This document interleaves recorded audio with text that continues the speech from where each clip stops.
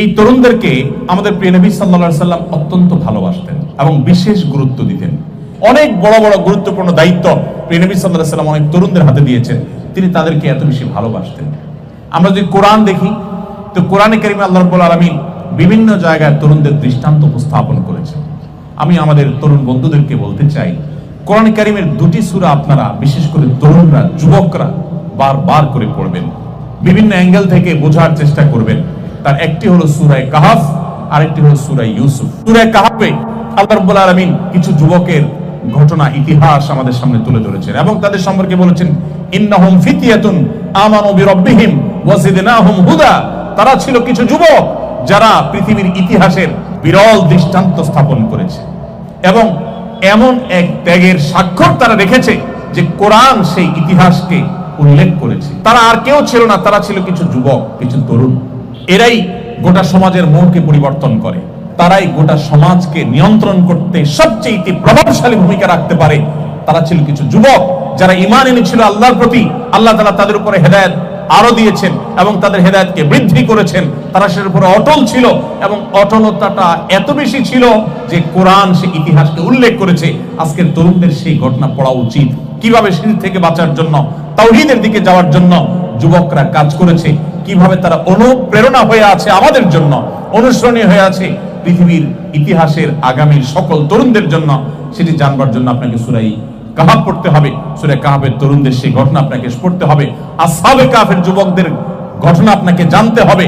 আরো বিভিন্ন যুবকদের ঘটনা, একাধিক যুবক দলের ঘটনা আল্লাহ সুবহানাহু ওয়া তাআলা সূরা কাহফে উল্লেখ করেছেন। কিয়ামতের আগে দাজ্জালের ফিতনা থেকে বাঁচার জন্য এই সূরা কাহফটা অনেক বেশি গুরুত্বপূর্ণ। প্রিয় নবী সাল্লাল্লাহু আলাইহি সাল্লাম বলেছেন, সূরা কাহফ যে ধারণ করে, যে তেলাওয়াত করে, এটার মধ্যে যে মাশগুল থাকে, নিজেকে এর মধ্যে সে ব্যস্ত রাখে, সূরা কাহফকে সে চর্চা করতে থাকে, এই ব্যক্তিকে আল্লাহ দাজ্জালের ফিতনা থেকে বাঁচাবেন। বিশেষ করে সূরা কাহফের প্রথম 10টি আয়াত মুখস্থ করবে, হিফজ করবে, পড়তে থাকবে, দাজ্জালের ফিতনা থেকে আল্লাহ তাআলা রক্ষা করবেন। এজন্য সূরা কাহফ বিশেষ করে তরুণরা তাদের ইতিহাস জানবার জন্য, তাদের পরিচয়, আত্মপরিচয় এটা জানবার জন্য এই সূরা কাহফটা পড়া দরকার। সূরা কাহফের তরুণদের ঘটনা পড়া দরকার। সেই সাথে সূরা ইউসুফ। আজকের তরুণরা তাদেরকে ধ্বংস করবার জন্য সংস্কৃতির নামে, বিনোদনের নামে, শিক্ষার নামে, বিভিন্ন নামে আমাদের তরুণদেরকে শিকার করবার জন্য আজ নানা রকমের আদার দেওয়া হয়েছে। মাছ শিকার করবার জন্য বড়শির মুখে যেরকম অনেক মুখরোচক আদার দেওয়া হয়, আমার তরুণদেরকে, এদেশের মুসলিম যুবকদেরকে, তরুণীদেরকে ধ্বংস করবার জন্য শিক্ষার নামে, কখনো বিনোদনের নামে, কখনো সংস্কৃতির নামে, কখনো বিভিন্ন নামে আমাদের তরুণদেরকে নানা রকমের আদার দিয়ে শিকার করা হচ্ছে। শিকার হওয়া তরুণের সেই অনুভূতিও নেই, তার সেই ন্যূনতম সেন্সটুকু পর্যন্ত নাই যে সে শিকার হয়ে যাচ্ছে। সে কারো না কারোর অন্ধ অনুকরণ করছে। তাকে বলা হচ্ছে তুমি স্বাধীন হও, তাকে বলা হচ্ছে তুমি খোলস থেকে বেরিয়ে আসো, তাকে বলা হচ্ছে তুমি নিজের মত প্রকাশ করো, তাকে বলা হচ্ছে তুমি মুক্ত হও। মুক্ত হওয়ার কথা বলে তাকে রবের গোলামি থেকে রবের গোলামদের গোলামে পরিণত করা হচ্ছে। এই জন্য আমার তরুণ বন্ধুদের প্রতি, আপনাদের প্রতি আমার আরজ থাকবে যে আজ তরুণদের চরিত্র ধ্বংস করবার যে চক্রান্ত চলছে, এখান থেকে বাঁচবার জন্য ইউসুফ আলাইহিস সালামের ঘটনা বারবার পাঠ করা দরকার, পুনর্পাঠ করা দরকার। কিভাবে একজন মুসলিম তরুণ, আল্লাহর প্রতি বিশ্বাসী তরুণ, সে নিজেকে নিয়ন্ত্রণ করতে শিখবে, যেখানে সেখানে সে নিজেকে বিলিয়ে দিবে না। তার একটা আত্মসম্মান থাকবে, আত্মমর্যাদা থাকবে, আত্মপরিচয় থাকবে, তার মধ্যে একটা বাইন্ডিং থাকবে, নিয়ন্ত্রণ করবার ক্ষমতা থাকবে। যার নিজের প্রতি নিজের কন্ট্রোলিং পাওয়ার নেই, সে নিজেকে যুবক দাবি করাটাও হাস্যকর। যুবক এবং তরুণ তো সে যে নতুন গাড়ির মতো, নতুন গাড়ি যেরকম ব্রেক দিলে সাথে সাথে সেটা কাজ করে, ঠিক একইভাবে একজন তরুণ সে যেখানে থামতে চায় সেখানে সে থামতে পারে, নিজেকে নিয়ন্ত্রণ করতে পারে, তার চরিত্রকে যেখানে সেখানে রাস্তাঘাটে বিলিয়ে দেয় না, অপত্রে বিভিন্ন মুখরোচক স্লোগানের আড়ালে সে নিজের চরিত্রকে ধ্বংস করে দেয় না।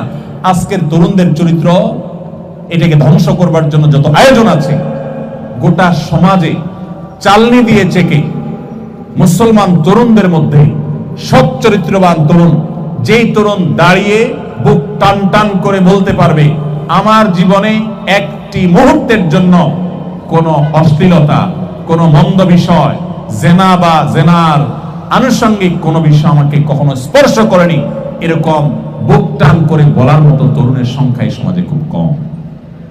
সম্মানিত ভাইরা, সেই যুবক হওয়ার জন্য আমাদের সূরা ইউসুফ পড়তে হবে। কিভাবে আল্লাহ নবী ইউসুফ আলাইহিস সালাম তার কাছে লোভনীয় প্রস্তাব এসেছিল, কিভাবে তিনি সেই প্রস্তাবকে ডিনাই করে নিজের ঈমানের পরিচয় দিয়েছেন, সেজন্য তাকে জেলে পর্যন্ত যেতে হয়েছে। তিনি সে বন্দী জীবনকে গ্রহণ করেছেন, নিজের চরিত্রকে বিলিয়ে দেন নাই। আর আমাদের যুবকরা তাদেরকে কোনো প্রলোভনও দিতে হয় না, স্বেচ্ছায় তারা শয়তানের হাতে ধরা দিচ্ছে। এই যুবক গোটা পৃথিবীতে যদি ভরেও যায়, এই মুসলিম যুবক দিয়ে মুসলমানদের কল্যাণ হবে না, মুসলমানদের মুক্তি সাধন হবে না। মুসলমানদের মুক্তির জন্য এমন কিছু যুবক দরকার যারা হারামকে না বলার মতো ঈমানি পাওয়ার অর্জন করবে। আল্লাহ আমাদের সব যুবককে সে তৌফিক দান করুন। অতএব আমি যুবকদেরকে বলতে চাই যে আপনারা সর্বপ্রথম যে কাজ করবেন তা হলো কোরআন এবং হাদিসের ব্যাপক নলেজ এবং ইলম অর্জন করতে হবে আপনাকে। আপনি শুধুমাত্র শুনে শুনে মুসলমান হলে চলবে না, আপনি মুসলমানের সন্তান মুসলমান হলে চলবে না। আপনাকে কোরআন সম্পর্কে জানতে হবে, আপনাকে হাদিস সম্পর্কে জানতে হবে, আপনাকে তুলনামূলক ধর্মতত্ত্ব সম্পর্কে জানতে হবে। আপনাকে কূটচক্র যে নাস্তিক এবং উগ্র নাস্তিক যারা মিস্তাব এবং মুসলমানদের প্রতি বিদ্বেষ লালন করে, এরা যে বিভিন্নভাবে বিশেষ করে সোশ্যাল মিডিয়াতে, বিভিন্ন ব্লগে, বিভিন্ন জায়গায়, বিভিন্ন প্ল্যাটফর্মে তারা যে ইসলামের বিষয়ে আপনাকে সন্দেহ প্রবণ করে তুলবার জন্য নানা রকমের তারা ফাঁদ পেতে রেখেছে, সেগুলোর বিরুদ্ধে সোচ্চার হওয়ার জন্য আপনাকে জ্ঞান অর্জন করতে হবে। আপনাকে ইসলাম সম্পর্কে নিজে আগে ভালো করে জানতে হবে, তাহলে সেগুলো মোকাবেলা করতে পারবেন। এবং নিজের চরিত্রকে হেফাজত করবার জন্য যেমনটি বলেছিলাম সূরা কাহফ এবং সূরা ইউসুফ আপনাকে পড়তে হবে, বুঝতে হবে। আল্লাহ তাআলা আমাদের সমস্ত যুব সম্প্রদায়কে যত ষড়যন্ত্র আছে, দেশীয় এবং আন্তর্জাতিক ষড়যন্ত্র, আমাদের এগুলো থেকে আল্লাহ রাব্বুল আলামিন আপন অনুগ্রহে, আপন রহমতে আমাদের সবাইকে হেফাজত করুন, বলুন আমিন। কোরআন এবং হাদিসের ব্যাপক নলেজ এবং ইলম অর্জন করতে হবে আপনাকে। আপনি শুধুমাত্র শুনে শুনে মুসলমান হলে চলবে না, আপনি মুসলমানের সন্তান মুসলমান হলে চলবে না। আপনাকে কোরআন সম্পর্কে জানতে হবে, আপনাকে হাদিস সম্পর্কে জানতে হবে, আপনাকে তুলনামূলক ধর্মতত্ত্ব সম্পর্কে জানতে হবে। আপনাকে কূটচক্র যে নাস্তিক এবং উগ্র নাস্তিক যারা মিস্তাব এবং মুসলমানদের প্রতি বিদ্বেষ লালন করে, এরা যে বিভিন্নভাবে বিশেষ করে সোশ্যাল মিডিয়াতে, বিভিন্ন ব্লগে, বিভিন্ন জায়গায়, বিভিন্ন প্ল্যাটফর্মে তারা যে ইসলামের বিষয়ে আপনাকে সন্দেহ প্রবণ করে তুলবার জন্য নানা রকমের তারা ফাঁদ পেতে রেখেছে, সেগুলোর বিরুদ্ধে সোচ্চার হওয়ার জন্য আপনাকে জ্ঞান অর্জন করতে হবে। আপনাকে ইসলাম সম্পর্কে নিজে আগে ভালো করে জানতে হবে, তাহলে সেগুলো মোকাবেলা করতে পারবেন। এবং নিজের চরিত্রকে হেফাজত করবার জন্য যেমনটি বলেছিলাম সূরা কাহফ এবং সূরা ইউসুফ আপনাকে পড়তে হবে, বুঝতে হবে। আল্লাহ তাআলা আমাদের সমস্ত যুব সম্প্রদায়কে যত ষড়যন্ত্র আছে, দেশীয় এবং আন্তর্জাতিক ষড়যন্ত্র, আমাদের এগুলো থেকে আল্লাহ রাব্বুল আলামিন আপন অনুগ্রহে, আপন রহমতে আমাদের সবাইকে হেফাজত করুন, বলুন আমিন।